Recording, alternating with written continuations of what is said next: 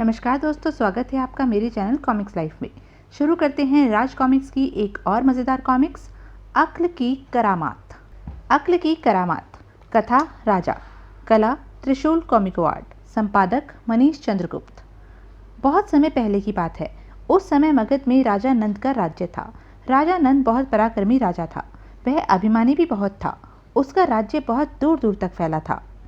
चाणक्य राजा नंद का प्रधानमंत्री था। वह बहुत बुद्धिमान और कुशल राजनीतिज्ञ था। राजा नंद के बेटों को चाणक्य अपने आश्रम में शस्त्र विद्या की शिक्षा देता था। उसी आश्रम में चंद्रगुप्त नाम का एक विधवा का पुत्र भी पढ़ता था।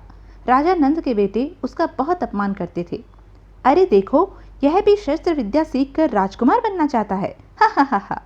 भाग्य किसी को भी राजा और रंक बना सकता है महानंद। पहले अपनी माँ से कहकर एक घोड़ा तो खरीद ले। हा हा हा हा। किसी दिन एक नहीं, सैकड़ों घोड़े होंगे मेरे पास। एक दिन राजा नंद के दरबार में एक आदमी मोम का एक शेर पिंजरे में बंद करके लाया। आगंतुक, इस पिंजरे में यह शेर क्यों है? महाराज, इस पिंजरे से जो कोई दरवाजा खोले बिना इस मोम के शेर को बाहर निकाल देगा, वह सबसे बुद्धिमान व्यक्ति होगा। दरबार के सभी लोग सोचने लगे, लेकिन किसी के कुछ समझ में नहीं आया। यह तो असंभव है। अरे, इसको तलवार से काट कर निकाल दो। नहीं, ऐसे बाहर नहीं निकल सकता। पिंजरा बारीक चाली का है, भला इसमें तलवार पहुंचेगी कैसे? चाणक्य का शिष्य चंद्रगुप्त भी दरबार में बैठा हुआ था। वह आसन से उठकर राजा के पास पहुंचा। महाराज, मैं इस पिंजरे को खोले बिना शेर को बाहर निकाल सकता हूँ। अरे, तुम तो अभी बहुत छोटे दिखाई देते हो। तुम में इतनी शक्ति? इसमें शक्ति की नहीं महाराज, बुद्धि की आवश्यकता है। पिंजरे के पास पहुंचकर चंद्रगुप्त ने एक मशाल चलाई और उसे पिंजरे के चारों तरफ घुमाने लगा। कुछ ही देर में शेर पिघले हुए मोम के रूप में पिंजरे से बाहर था। शाबाश, सचमुच तुम बुद्धिमान हो। हम तुम्हें पुरस्कार देंगे। महाराज की जय हो। मैं तो आपका दास हूँ। राजा नंद के बेटों से चंद्रगुप्त का इतना सम्मान देखा न गया। उन्होंने अपने पिता से कुछ कहा और राजा नंद ने तुरंत ही अपना निर्णय बदल लिया। बंदी बना लो इस नवयुवक को और बंदी गृह में बंद कर दो। लेकिन मेरा कोई अपराध? चुप रहो, तुम राजकुमारों की बराबरी करते हो। चाणक्य अपने आसन से उठ खड़ा हुआ। राजा नंद, यह अन्याय है और मैं यह अन्याय कभी नहीं होने दूंगा। इस राज्य में वही होगा जो हम चाहेंगे। कोई हमारे राजकुमारों की बराबरी नहीं कर सकता। ऐसे अभिमानी और बुद्धिहीन राजा को सबक सिखाना ही होगा, लेकिन अभी उसके लिए उपयुक्त समय नहीं है। तुरंत ही दो सैनिक चंद्रगुप्त को बंदी गृह की ओर ले गए। दूसरे दिन राज दरबार में एक सैनिक एक सूचना लेकर आया। महाराज की जय हो। महाराज, नगर के बाहर गांव में एक भयंकर शेर बहुत से लोगों को मारकर खा चुका है। लोग गांव छोड़कर भाग रहे हैं। ओह, आज ही हम अपने सैनिक भेजकर उस शेर को मरवा देते हैं।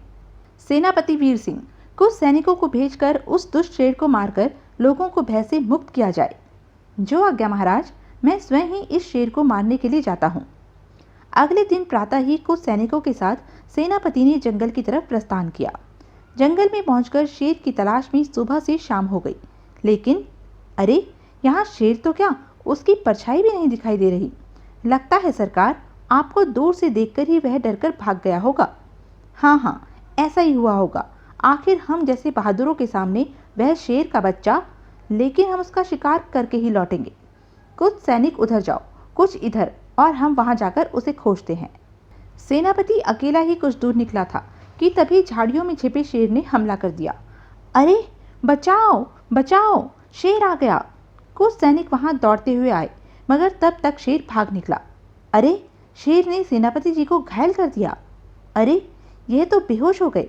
इन्हें जल्दी ले चलो, नहीं तो। सैनिक ने दरबार में आकर महाराज को घटना की सूचना दी। महाराज की जय हो।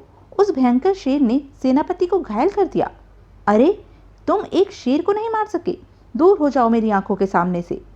राजा नंद ने चाणक्य से कहा। आचार्य, लगता है हम इस शेर को नहीं मार सकेंगे और प्रजा विद्रोह करके हमें राजगद्दी से उतार देगी। नहीं महाराज, एक शेर के लिए आपको इतना चिंतित होने की आवश्यकता नहीं है। मैं कल राजकुमारों को भेजकर शेर का अंत करा देता हूँ। अगले दिन राजा नंद के 4 राजकुमार शेर का शिकार करने के लिए प्रस्थान करते हैं। अरे, उस शेर को तो कोई भी मार सकता था, फिर आचार्य ने हमें ही क्यों भेजा? क्योंकि आचार्य हमको इतना बहादुर और बुद्धिमान समझकर विश्वास करते हैं। सारा दिन जंगल में शेर की तलाश में भटकने के बाद शाम हो गई, लेकिन पूरे जंगल में शेर की एक झलक भी दिखाई नहीं पड़ी। लगता है शेर चार बहादुरों को देखकर दूसरे जंगल में भाग गया। नगर की ओर लौटने पर उन्हें एक गांव के बाहर शोर सुनाई दिया। अरे, इस नवयुवक को क्या हुआ? यह युवती क्यों रो रही है? महाराज, मेरे पति को शेर ने मार डाला है। यही मेरे जीवन का सहारा था। चारों राजकुमारों ने मिलकर योजना बनाई। लगता है यह शेर बहुत चालाक है, इसलिए बहुत होशियारी से हमला करता है। कोई बात नहीं, हम भी इस शेर को चालाकी से पकड़ेंगे। कल रात को एक बड़ा सा पिंजरा बनाकर जंगल में रखवा देंगे। शेर उस पिंजरे में फंस जाएगा, फिर हम उसको आसानी से मार देंगे। हाँ, यही ठीक रहेगा। पिंजरे से शेर बच नहीं सकेगा। घने जंगल में एक बड़ा सा पिंजरा रखा गया। इस पिंजरे में थोड़ा सा मांस रख दो। मांस को खाने के लालच में शेर इस पिंजरे में फंस जाएगा। सुबह होने पर शेर उस पिंजरे में अवश्य फंस गया होगा, लेकिन उसमें शेर के बजाय एक भेड़िया फंसा था। अरे, शेर कहाँ गया? इस पिंजरे में तो भेड़िया फंसा हुआ है। हमारी सारी मेहनत बेकार गई। हुजूर, इसमें शेर कहाँ से फंसता? शेर कभी मांस नहीं खाता, वह तो अपने आप शिकार करके खाता है। कोई बात नहीं, हम उसे दूसरी तरकीब से पकड़ेंगे। इस बार वह बचकर नहीं निकल सकेगा। इस बार हम उसे गड्ढा खोदकर पकड़ेंगे। शेर उस गड्ढे में अवश्य गिर जाएगा। जंगल में एक गड्ढा खोदकर उसे पतली लकड़ियों और पत्तों से ढक दिया गया। अगले दिन लगता है गड्ढे में अवश्य शेर फंस गया है। ऊपर से लकड़ियां टूटी हुई दिखाई दे रही हैं। अरे, तुम इस गड्ढे में कहाँ से आ गए? महाराज, जंगल से लकड़ियां काटकर घर आ रहा था कि अचानक इस गड्ढे में गिर पड़ा। अगली रात चारों राजकुमार जंगल में आग जलाकर बैठ गए। आज रात हम जंगल में ही बिताएंगे। शेर हमें खाने यहाँ आएगा और हम बाण मारकर उसका अंत कर देंगे। लेकिन शेर वहाँ नहीं आया। सुबह होने पर कुछ लोग वहाँ आए। सारी रात जागते हुए बीत गई, लेकिन शेर एक बार भी इधर नहीं आया। सरकार, शेर यहाँ आता भी तो कैसे? आपने आग जो जलाकर रखी है। आग को देखकर तो शेर दूर से ही भाग जाता है। अगले दिन राजा नंद के दरबार में, क्या तुम लोग भी शेर को नहीं मार सके? मुझे तुम्हारी बहादुरी पर पूरा विश्वास था। चले जाओ मेरे सामने से। महाराज, अभी निराश होने की आवश्यकता नहीं। यदि आप आज्ञा दें तो मैं बंदी चंद्रगुप्त को शेर को मारने के लिए भेज दूं? हाँ हाँ, हमारी आज्ञा है। शेर को अवश्य मरना चाहिए। चाणक्य बंदी गृह में जाकर चंद्रगुप्त से मंत्रणा करता है। चंद्रगुप्त, तुम्हारी परीक्षा का समय है। अपनी बुद्धि और शक्ति से शेर को मार डालो। आचार्य की आज्ञा अवश्य पूरी करूंगा, आप चिंता न करें। चंद्रगुप्त शेर के शिकार के लिए जाता है। मेरे विष बुझे बाणों से शेर एक बार घायल हो गया तो फिर जीवित नहीं बचेगा। रास्ते में उसे राजकुमारों द्वारा खोदा गड्ढा दिखाई दिया। लगता है यह गड्ढा शेर को पकड़ने के लिए खोदा गया था, लेकिन इसमें शेर क्यों नहीं फंसा? शायद राजकुमारों ने गड्ढे के पास किसी बकरी को नहीं बांधा होगा। चंद्रगुप्त ने गड्ढे के ऊपर लटकती पेड़ की डाल से एक बकरी को बांधकर लटका दिया। हाँ, अब उस पेड़ के ऊपर छिपकर बैठ जाता हूँ। बकरी की आवाज़ सुनकर शेर यहाँ आकर गड्ढे में अवश्य गिरेगा। आधी रात को शेर की दहाड़ने की आवाज़ सुनाई दी। शेर गड्ढे में फंस गया। नीचे उतरकर देखता हूँ। चंद्रगुप्त धनुष संभाल कर नीचे उतरा। अब इसे विषैले बाणों से मार देता हूँ। बाण लगने पर शेर एक बार दहाड़ा और फिर अपने जीवन की अंतिम घड़ियां गिनने लगा। सुबह होने पर राजकुमार वहां आए। अरे चंद्रगुप्त, तुमने शेर को मार दिया, लेकिन यह बात तुम किसी से नहीं कहोगे। हम तुम्हें बहुत सा धन देंगे। लेकिन महाराज ने मुझे शेर को मारने के लिए।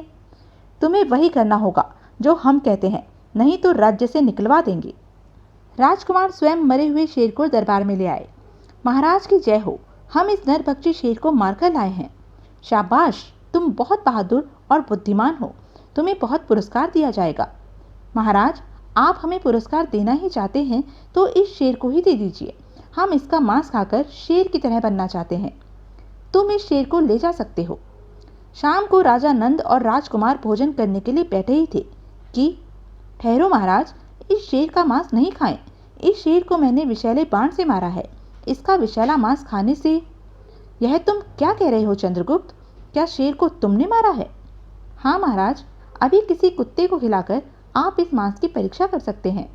ठीक है, हम अभी परीक्षा करते हैं। एक कुत्ते को लाकर एक मांस का टुकड़ा उसे खिलाया गया।